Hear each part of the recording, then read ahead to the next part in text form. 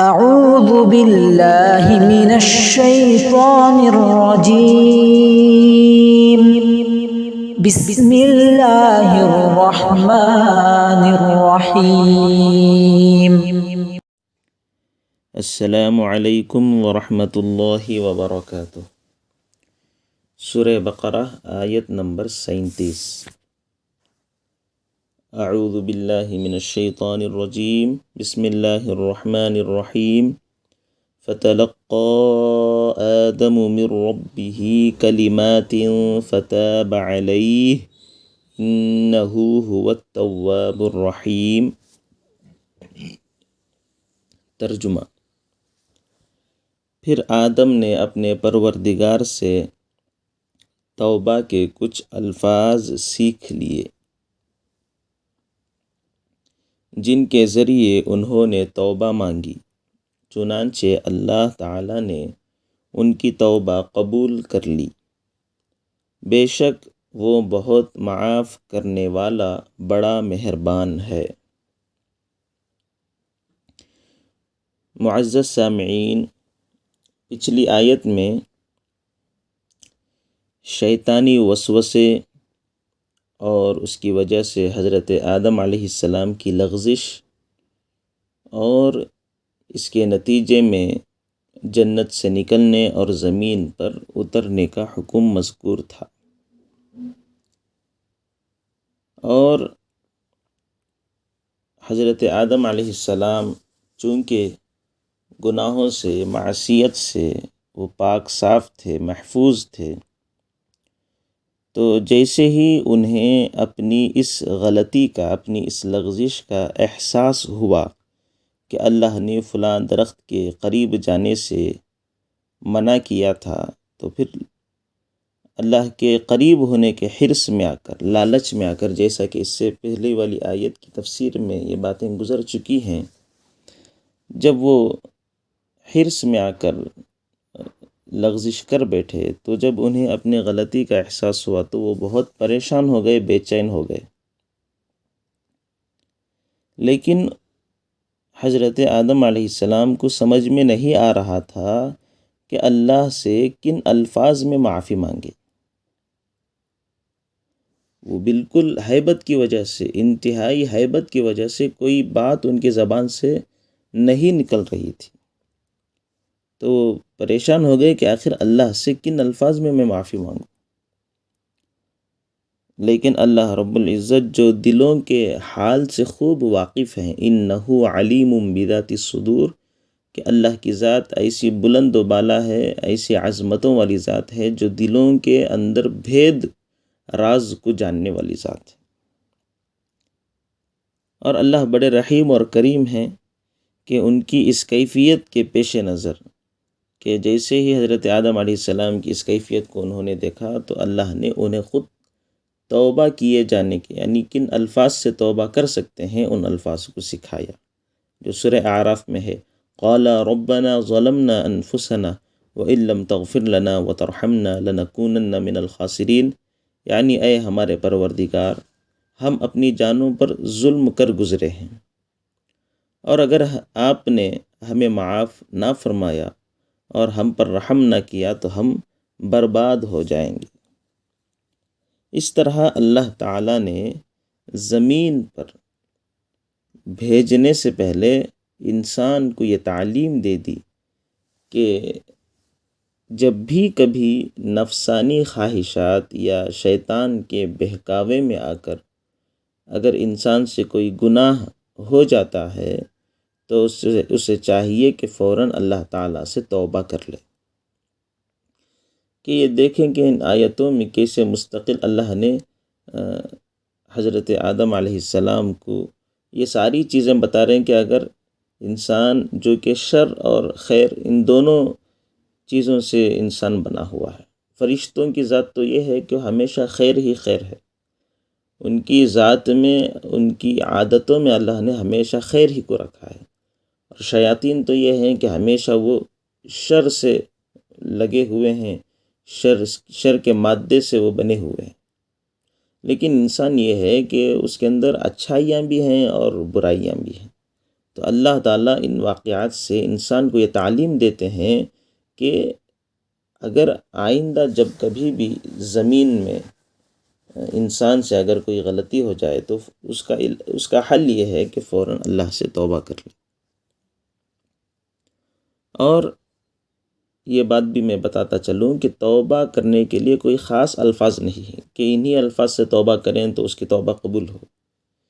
کیسے بھی الفاظ سے وہ توبہ قبول کرے تو اللہ تعالیٰ اس کی توبہ کو قبول کر سکتے ہیں۔ لیکن توبہ کے ان الفاظ میں جو بندہ جیسے بھی جو بھی الفاظ کو اختیار کریں تو اس کے اندر یہ چیزیں ہونی چاہیے کہ اسے اپنے کیے پر ندامت ہو اور آئندہ گناہ نہ کرنے کا ارادہ ان الفاظ میں شامل ہو، تو اللہ تعالیٰ اس کے ذریعے سے بھی توبہ کو قبول کر سکتے ہیں۔ لیکن یہاں پر اللہ تعالیٰ نے جو توبہ کے الفاظ خود سکھلائے سورہ اعراف میں کہ ربنا ظلمنا انفسنا وَإِن لَّمْ تَغْفِرْ لَنَا وَتَرْحَمْنَا لَنَكُونَنَّ مِنَ الْخَاسِرِينَ، جو الفاظ یہ اللہ نے سکھائے ہیں، اگر ان الفاظ سے توبہ کرتے ہیں تو اس بات کی زیادہ امید ہے کہ ہماری توبہ زیادہ جلد قبول ہو جائے کیونکہ یہ الفاظ ایسے ہیں جس کو اللہ نے خود سکھائے ہیں۔ اور معزز حضرات، ہم یہ بھی بات یہاں پر سمجھتے ہیں کہ جیسا کہ پچھلے 30ویں آیت میں یہ بات واضح ہو گئی کہ اللہ نے شروع ہی سے حضرت آدم علیہ السلام کو زمین پر اپنا نائب بنا کر بھیجنے کے لیے پیدا فرمایا۔ انی جاعل فی الارض خلیفہ، کہ میں جو آدم کو بنایا ہوں، انسان کو جو میں نے بنایا ہے تاکہ وہ میرا نائب، میرا خلیفہ بن کر زمین میں جائے۔ لیکن زمین پر بھیجنے سے پہلے اللہ نے انہیں جنت میں رکھا، پھر اس کے بعد فلاں درخت سے اللہ نے انہیں منع کیا، پھر اس کے بعد انہیں جنت سے بظاہر نکالا گیا، تاکہ یہ اس بات کی طرف اشارہ ہے کہ حضرت آدم علیہ السلام کو جنت میں رکھ کر یہ چیزیں بتانا مقصود تھی کہ وہ خود اس بات کا تجربہ کر لیں کہ اگر وہ اللہ کے بتائے ہوئے طریقوں پر عمل کر کے نیک زندگی گزار کر آتے ہیں تو اللہ تعالیٰ ان کے لیے کیسے کیسے نعمتیں ان کے لیے رکھا ہے، کہ ان کا کیا مقام و مرتبہ ہو سکتا ہے، ان کی کیا منزل ہو سکتی ہے۔ اور یہ بھی کہ زمین پر پہنچنے کے بعد اتنے بڑے مقام و مرتبے کے پانے تک کتنی قسم کی رکاوٹوں سے انہیں گزرنا پڑ سکتا ہے، اور اس کا نجات کا کیا طریقہ ہو سکتا ہے کہ ایک تو بات یہ ہے کہ اصل تمہارا ٹھکانہ وہ جنت ہے، لیکن جنت تک پہنچنے کے لیے زمین میں تمہیں بہت سارے رکاوٹوں سے گزرنا پڑے گا، یعنی شیطانی بہکاوے سے، گناہوں سے، اور پھر اگر اللہ نہ کرے کہ تمہارے سے اگر کوئی غلطی ہو جائے تو پھر وہاں پر نجات کیسے حاصل کریں۔ یہ سب چیزیں اللہ نے حضرت آدم علیہ السلام کے ذریعے سے انسان کو سکھایا کہ ان سے لغزش ہو گئی، پھر اللہ تعالیٰ نے ان کی لغزش کو اللہ نے توبہ کے الفاظ انہیں سکھائے، پھر انہوں نے توبہ کی، پھر اللہ تعالیٰ نے ان کی ان لغزشوں کو اللہ نے معاف کیا۔ تو یہ بھی بات ہے کہ فرشتوں کے مقابلے میں انسان کا جو امتیازی وصف ہے، یعنی فرشتوں سے انسان کو جو صفت الگ کرتی ہے، فرشتوں کے مقابلے میں انسان کو جو صفت امتیاز بناتی ہے، فرشتوں سے الگ بناتی ہے، وہ یہ ہے کہ انسان کے اندر اچھائی اور برائی یہ دونوں کی اللہ نے صلاحیت رکھی ہے۔ تو یہاں پر ضروری تھا کہ انسان کو زمین پر بھیجنے سے پہلے اس پر تجربہ کیا جائے، کہ اسے تجربے سے گزارا جائے کہ کس طرح سے اس پر حالات آ سکتے ہیں۔ اور یہ بات بھی میں آپ کو اس سے پہلی والی آیت میں بتا دیا کہ یہاں پر انبیاء علیہم السلام سے کوئی بھی گناہ کا ہونا یہ ان کے شان کے خلاف ہے، لہٰذا پیغمبر چونکہ یہ گناہ سے محفوظ ہوتے ہیں، معصوم ہوتے ہیں، یہ ان کا گناہ نہیں تھا، بلکہ یہ ایک اجتہادی غلطی تھی، ایک سوچ کی یہ غلطی تھی، ایک لغزش تھی جو انہوں نے حرص میں آ کر کی تھی کہ کس طرح سے وہ اللہ کے اور زیادہ قریب ہو جائے، ورنہ اللہ کی کھلی نافرمانی کرنا یہ ان انبیاء کے بالکل شان کے خلاف ہے۔ اور ساتھ ہی اس آیت سے اللہ نے یہ بات بھی واضح کر دیا کہ اللہ تعالیٰ نے ان کے توبہ کو بھی قبول فرما لیا۔ تو اللہ کے اس فرمان سے عیسائیوں کا جو عقیدہ ہے اس کی بھی تردید ہو گئی، اور اس عقیدے کے باطل ہونے کی طرف بھی اشارہ ہے کہ جن عیسائیوں کا یہ کہنا ہے کہ آدم علیہ السلام کا یہ گناہ ہمیشہ کے لیے انسان کے لیے ایک مصیبت بن گئی، کہ ہمیشہ یہ انسانوں کے ساتھ حضرت آدم علیہ السلام کا گناہ بھی چلتا آئے گا، جس کے نتیجے میں ہر بچہ اپنی ماں کے پیٹ سے گنہگار پیدا ہوگا۔ اور اللہ تعالیٰ نے کہ ہر بچہ اب حضرت آدم کی غلطی کی وجہ سے ہر بچہ اپنی ماں کے پیٹ سے گنہگار پیدا ہو رہا ہے، اللہ نے اس مشکل کے حل کرنے کے لیے اپنا بیٹا دنیا میں بھیج دیا، کہ حضرت عیسیٰ علیہ السلام کو اپنا بیٹا، وہ کہتے ہیں کہ اللہ تعالیٰ نے اپنا بیٹا بھیج کر اسے قربان کرنا پڑا تاکہ وہ ساری دنیا کے لیے کفارہ بن جائے۔ تو اس طرح کا جو عیسائیوں کا یہ غلط عقیدہ ہے کہ آدم کی غلطی کی وجہ سے ہر بچہ اپنے ماں کے پیٹ سے گنہگار پیدا ہوگا، اور اس مشکل کو اللہ دور کرنے کے لیے اپنا بیٹا، اللہ تعالیٰ نے اپنا بیٹا دنیا میں بھیج کر، معاذ اللہ، اللہ تعالیٰ اپنا بیٹا دنیا میں بھیج کر اسے قربان کیا تاکہ دنیا اس مصیبت سے، اس مشکل سے دور رہ جائے، یہ مصیبت ان پر ختم ہو جائے۔ اس طرح کا جو غلط عقیدہ ہے، اللہ نے ڈنکے کی چوٹ پر، دو ٹوک اعلان پر اللہ تعالیٰ نے یہ اعلان فرمایا کہ اللہ تعالیٰ نے حضرت آدم علیہ السلام کی توبہ کو قبول کر لیا ہے۔ جب توبہ کو قبول کر لیا تو اب کوئی گناہ باقی نہیں رہا،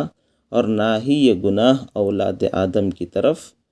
منتقل ہو سکتا ہے، کیونکہ اللہ کا قانون ہے، اللہ کا انصاف ہے، اللہ کا فضل ہے، اللہ کا رحم ہے کہ ایک شخص کا گناہ اللہ تعالیٰ دوسرے کے کندھے پر نہیں ڈالتے ہیں،